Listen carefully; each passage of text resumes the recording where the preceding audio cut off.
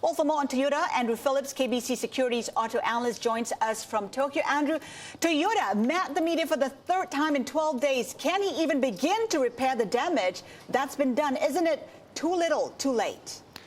Yeah, well, I think that the company has been rather slow in its PR response on this.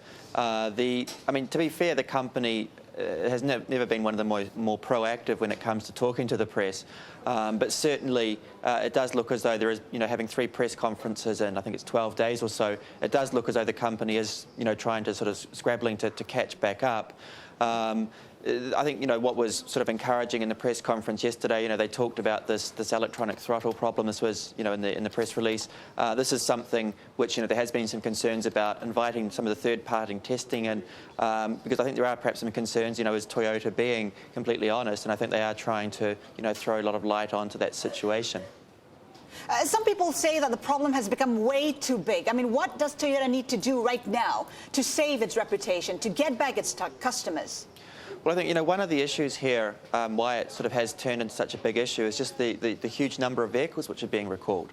But, partly this is a function of just the sheer size of the company. If you're selling 8 or 9 million cars a year globally, of course your recalls are going to be much bigger than somebody selling only, say, 3 or 4 million. It's also been compounded by the fact that you've got, common components. This is one of the ways in which companies have been reducing costs. So when you actually look at 2 of the recalls, the one with the sticky accelerators, the Prius brake problem, the problem itself was, only coming up under some fairly rare situations. So, certainly, this should have been caught in the company's testing, but actually, the problems itself weren't that major. So I think what the company needs to do is, perhaps do a bit more of a better explanation of how they what caused the problem, how they're taking steps to stop different or, similar problems coming through in the future, so they can try and reassure the customers that their vehicles are safe. And certainly, one aspect which could help if, they've given an explanation of this is on, like an extended warranty or something. The U.S., of course, investigating about 34 deaths linked to some of these Toyota cars. What's the significance of this? What impact will it have on Toyota?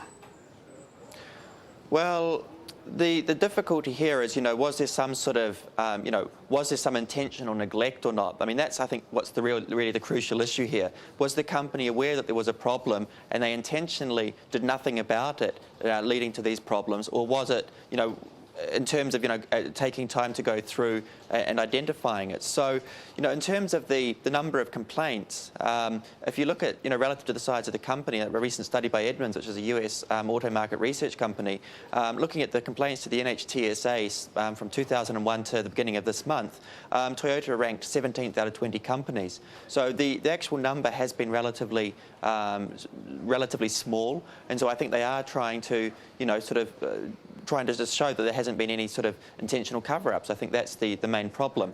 And as you read some of the different auto blogs in the US, it does look as though there are some pretty loyal customers out there who probably are still prepared to give Toyota the benefit of the doubt. So I don't know that we'll really see the sales completely collapse, but certainly some impact is looking likely.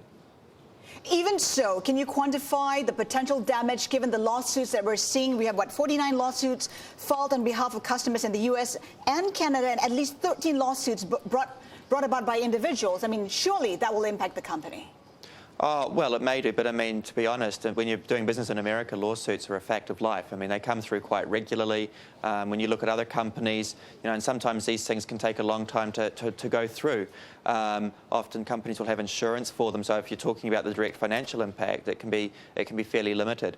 I think, they sort of almost have to prove that there was some sort of intentional cover-up or negligence on the part of the company.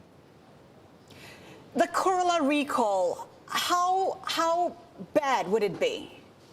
Well, again, from what I've, obviously there hasn't been an official recall announced yet, and so this sounds as though it's on the current model, which went into production about 2 years ago.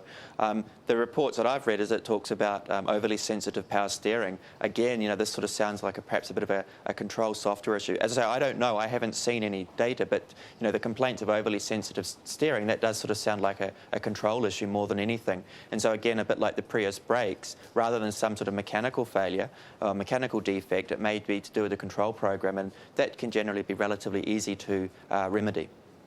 if that's the Andrew, case. what do we do with Toyota shares? Well, certainly They're down, 10% year to date, 10-year low. Do we buy?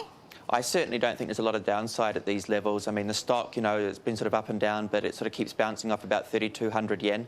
I don't know that there's a lot of downside from these levels, so I don't know that I really want to be aggressively shorting it. But, with that uncertainty on the news flow, it is sort of, perhaps difficult to, really, sort of say it is a strong buy because we just don't know quite how the news flow is going to unfold in the near future.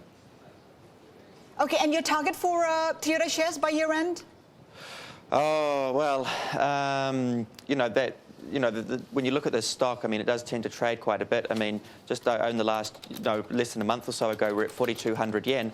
I certainly don't see, if this issue is resolved, that, it could easily get quite back to those levels.